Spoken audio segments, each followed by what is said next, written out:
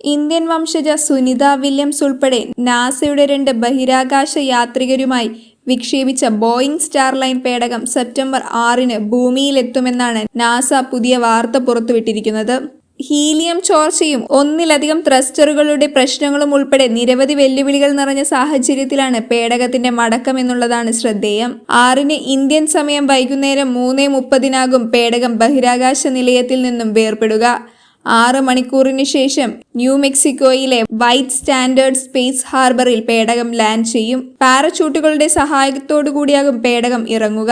തകരാറുള്ള പേടകത്തിൽ തിരികെ വരുന്നത് ഉചിതമല്ലാത്തതിനാൽ സുരക്ഷാ കാരണങ്ങളാൽ ബഹിരാകാശ യാത്രികർ വരുന്ന വർഷം ഫെബ്രുവരിയിൽ സ്പേസ് എക്സിന്റെ ഡ്രാഗൺ ക്രൂ പേടകം വഴിയാകും ഭൂമിയിലെത്തുക എന്നാണ് പറയുന്നത്. ഒരാഴ്ച മാത്രം ആയുസ് നിശ്ചയിച്ചിരുന്ന ദൗത്യമാണ് സാങ്കേതിക തകരാറുകൾ കാരണം മാസങ്ങളോളം നീണ്ടുപോയത്. ജൂൺ 5-ന് വിക്ഷേപിച്ച സ്റ്റാർലൈൻ പേടകം പിറ്റേ ദിവസം ബഹിരാകാശ നിലയത്തിലെത്തി.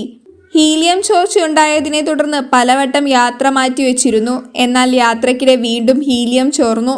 28 ത്രസ്റ്ററുകളിൽ 5 എണ്ണം പ്രവർത്തനരഹിതമായി. ഇവ പരിഹരിക്കാൻ സാധിക്കുമെന്ന് പ്രതീക്ഷയിലാണ് ഇത്രയും നാൾ പേടക ബഹിരാകാശ നിലയത്തിൽ നിലനിർത്തിയത്. എന്നാൽ സുനിത വില്യംസും സഹയാത്രികൻ യൂജിൻ ബുച്ച് വിൽമോറും ഭൂമിയിലെത്താൻ 2025 വരെ കാത്തിരിക്കേണ്ടി വരുമെന്നാണ് നാസ നൽകുന്ന വിവരം. അപകട സാധ്യതയെക്കുറിച്ച് അമേരിക്കൻ ബഹിരാകാശ ഏജൻസി ആശങ്ക പ്രകടിപ്പിച്ചിട്ടുണ്ട്. പലവട്ടം മാറ്റിവെച്ച ശേഷം ജൂൺ 5-നാണ് സ്റ്റാർലൈൻ ബഹിരാകാശത്തേക്ക് തിരിച്ചത്. ജൂൺ 14-ന് തിരിച്ചെത്തേണ്ടതായിരുന്നു. നാസയുടെ കൊമേഴ്ഷ്യൽ ക്രൂ പദ്ധതിയുടെ ഭാഗമായുള്ളതാണ് സ്റ്റാർലൈൻ വിക്ഷേപണം. 8 ദിവസത്തെ ദൗത്യം മാസങ്ങളോളം നീണ്ടതായതോടെ യാത്രക്കാരുടെ ആരോഗ്യകാര്യത്തിലും ആശങ്ക തുടരുകയാണ്. മൈക്രോഗ്രാവിറ്റി കാരണം അസ്ഥിക്ഷയം ഉണ്ടാകുമെന്നതാണ് പ്രധാന പ്രശ്നം. അണുവികിരണം, പരിമിതമായ ജീവിത സാഹചര്യങ്ങൾ, ഒറ്റപ്പെടൽ എന്നിവയും വെല്ലുവിളിയാണ്. മൈക്രോഗ്രാവിറ്റി മൂലമുണ്ടാകുന്ന ഫ്ലൂയിഡ് റീഡിസ്ട്രിബ്യൂഷൻ മുഖത്തെയും തലയോട്ടിയിലെയും വീക്കം വർദ്ധിപ്പിക്കും.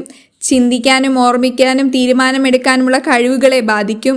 കോസ്മിക് റേഡിയേഷൻ ക്യാൻസറിനു കാരണമാകും. സുനിത വില്യംസിന്റെ 3ാമത്തെ ബഹിരാകാശ യാത്രയാണിത്. ഇതിനു മുൻപ് 322 ദിവസത്തോളം സുനിത ബഹിരാകാശത്ത് ചിലവഴിച്ചിട്ടുണ്ട്. 2006-ലായിരുന്നു ആദ്യ യാത്ര. 2012-ലായിരുന്നു 2ാമത്തെ യാത്ര. 50 മണിക്കൂർ 40 മിനിറ്റ് ദൈർഘ്യമുള്ള 7 ആകാശ നടത്തങ്ങളും സുനിതയുടെ പേരിലുണ്ട്. അമേരിക്കൻ നേവിയിലെ മുൻ ക്യാപ്റ്റനാണ് ബുഷ് വിൽമോർ.